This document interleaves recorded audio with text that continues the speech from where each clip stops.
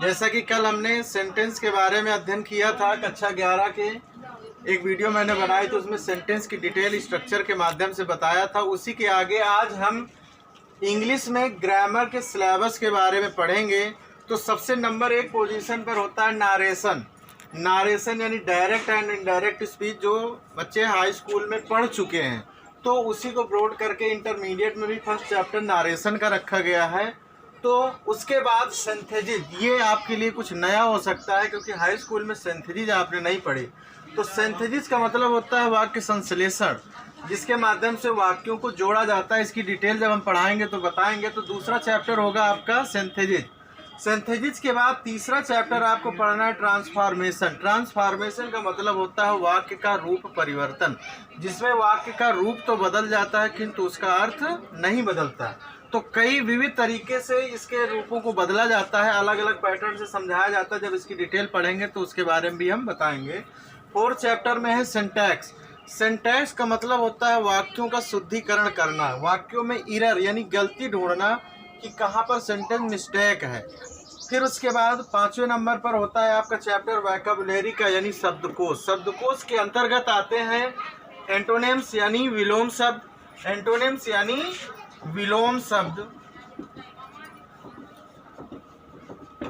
दूसरे नंबर पर 5वें चैप्टर में ही सेकंड पोजीशन पर सिनोनिम्स यानी पर्यायवाची शब्द। पर्यायवाची शब्द। फिर उसके बाद तीसरे नंबर पर आता है one word substitution. One word substitution का मतलब होता है किसी एक वाक्य के लिए एक शब्द प्रयोग करना।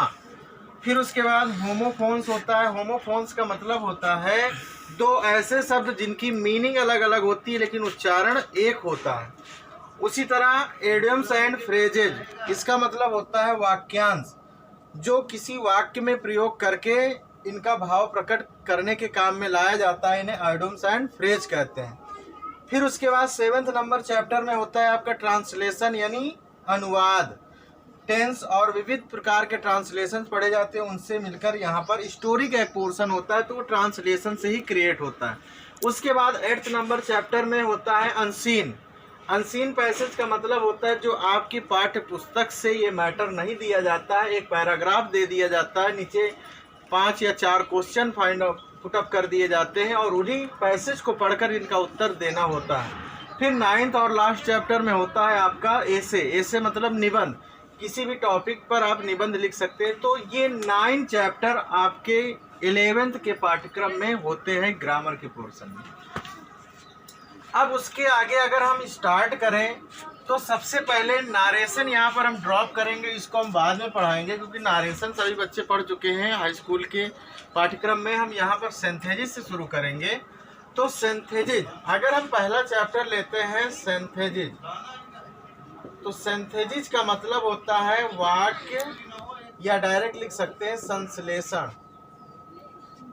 सिंथेसिस का मतलब होता है संश्लेषण। अब सिंथेसिस के अंतर्गत आपको 3 चैप्टर पढ़ने होते हैं। सिंथेसिस में सिंथेसिस के अंतर्गत हम 3 चैप्टर पढ़ते हैं।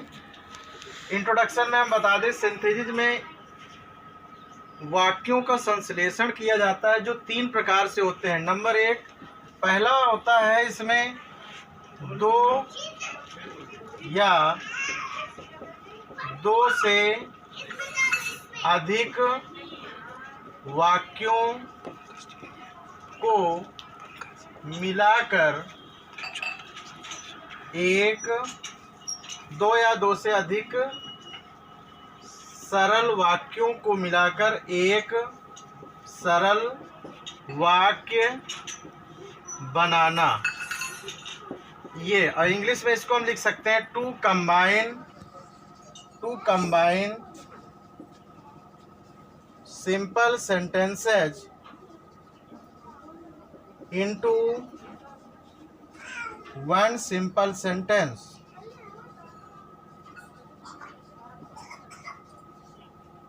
फिर उसके बाद सेकंड नंबर चैप्टर में हम पढ़ते हैं 2 या 2 से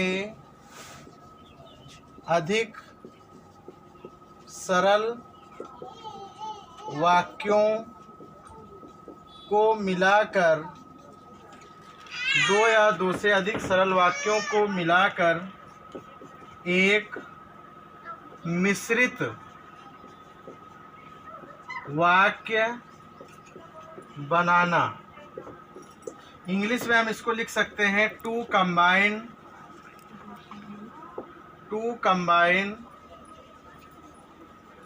सिंपल सेंटेंसेज into one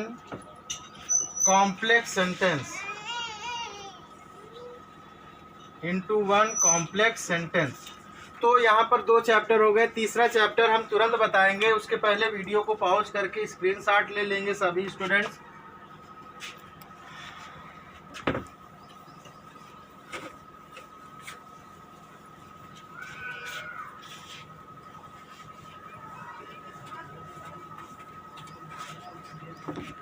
तीसरे चैप्टर में होता है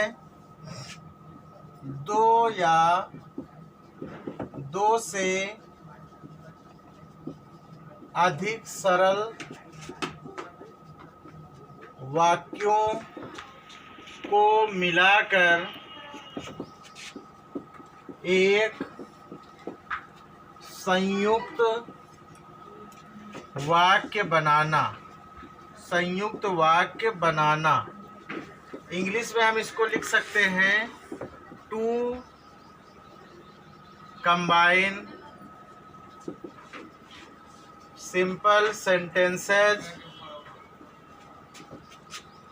इनटू वन कंपाउंड सेंटेंस।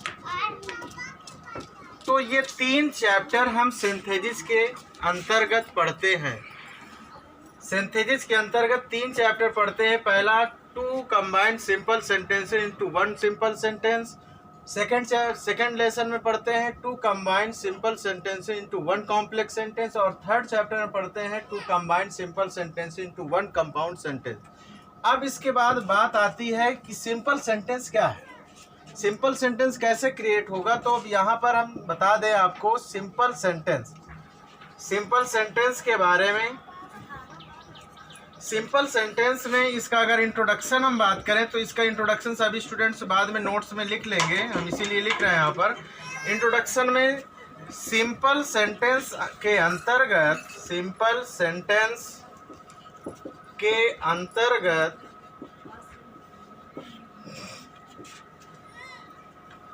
एक सब्जेक्ट,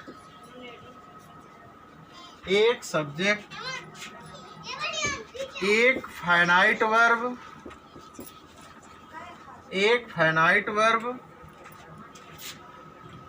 एक या एक से अधिक नॉन फाइनाइट वर्ब्स आती हैं। इसके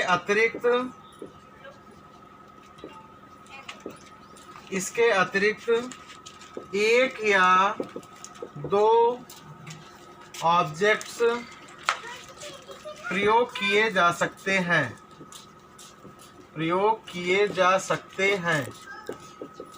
किंतु यह ध्यान रखना होता है सिंपल सेंटेंस में सब्जेक्ट की न्यूमेरिक सिर्फ एक होती है, उसके बाद एक फाइनाइट वर्ब होती है। फाइनाइट वर्ब क्या है, नॉन फाइनाइट वर्ब क्या है, हम इधर जानेंगे। तो सबसे पहले हम बात कर ले फाइनाइट वर्ब की, इसकी डेफिनेशन सुन लेंगे सभी लड़के। फाइनाइट वर्ब का मतलब होता है वह क्रिया जो अपने आप को किसी भी कर्ता तथा काल के अनुसार बदलती रहती है, उसे फाइनाइट वर्ब कहते हैं। उदाहरण के तौर पर जैसे मान लीजिए प्रेजेंट इंडेफिनिट टेंस में वर्ब प्रयोग हुई ईट्स, और वही पास्ट इंडेफिनिट टेंस में एट प्रयोग होती है और पास्ट परफेक्ट टेंस में ईटन प्रयोग होती है। तो ये वर्ब्स बदलती रहती है। अगर सिंगुलर नंबर में ईट्स प्रयोग हुई और प्लूरल नंबर में ईट प्रयोग हुई तो यहाँ पर ये कर्ता के अनुसार ये वर्ब बदली, और अगर ईट के बाद एट और ईटन प्रयोग हुई तो ये टेंस के अनुसार बदली।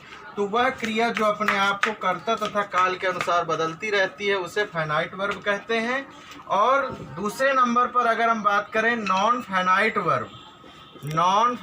वर्ब, तो नॉन फाइनाइट वर्ब वह क्रिया होती है जो अपने आप को कर्ता तथा काल के अनुसार यानी सब्जेक्ट एंड टेंस के अकॉर्डिंग चेंज नहीं करती, उसे नॉन फाइनाइट वर्ब कहते हैं।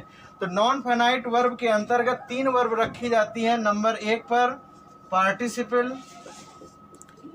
पार्टिसिपल, नंबर 2 पर जीरंड और नंबर 3 पर इन्फिनेटिव। तो नॉन फाइनाइट वर्ब में नंबर 1 पार्टिसिपल, नंबर 2 जीरंड और नंबर 3 इन्फिनेटिव। पार्टिसिपल की संख्या 3 होती है। Number 1 present participle, number 2 past participle, number 3 perfect participle. Participle verb में एडजेक्टिव का कार्य करती है, सेंटेंस में एडजेक्टिव का कार्य करती है, वहीं पर जीरंड और इन्फिनेटिव नाउन का कार्य करती है। तो समझ में आ गया होगा, फाइनाइट वर्ब वह क्रिया है जो अपने आप को सब्जेक्ट तथा टेंस के अकॉर्डिंग चेंज करती रहती है, उसे फाइनाइट वर्ब कहते हैं। और वह वर्ब नॉन फाइनाइट होती है जो अपने आप को सब्जेक्ट एंड टेंस के अकॉर्डिंग चेंज नहीं करती। नॉन फाइनाइट वर्ब की न्यूमरिक होती है 3। Number 1 participle, number 2 gerund, number 3 infinitive. Participle 3 होती है, प्रेजेंट पार्टिसिपल, पास्ट पार्टिसिपल और परफेक्ट पार्टिसिपल। जीरंड सेंटेंस में वर्ब की लास्ट में आईएनजी लगाने से बनती, वही इन्फिनेटिव वर्ब की फर्स्ट फॉर्म के पहले टू लगाने से बनती है। दोनों सेंटेंस में नाउन का कार्य करते हैं, जबकि पार्टिसिपल एडजेक्टिव का कार्य करती है। तो स्टूडेंट्स, हम सिंथेसिस का चैप्टर पढ़ेंगे। तो सिंथेसिस के चैप्टर में सबसे पहले हम बाय यूजिंग पार्टिसिपल से ही स्टार्ट करेंगे, जिसका वीडियो आपको नेक्स्ट में मिलेगा। तब तक आप इतनी नोट्स कंप्लीट करिए और इसे अच्छे से लर्न करिए। Thanks for watching.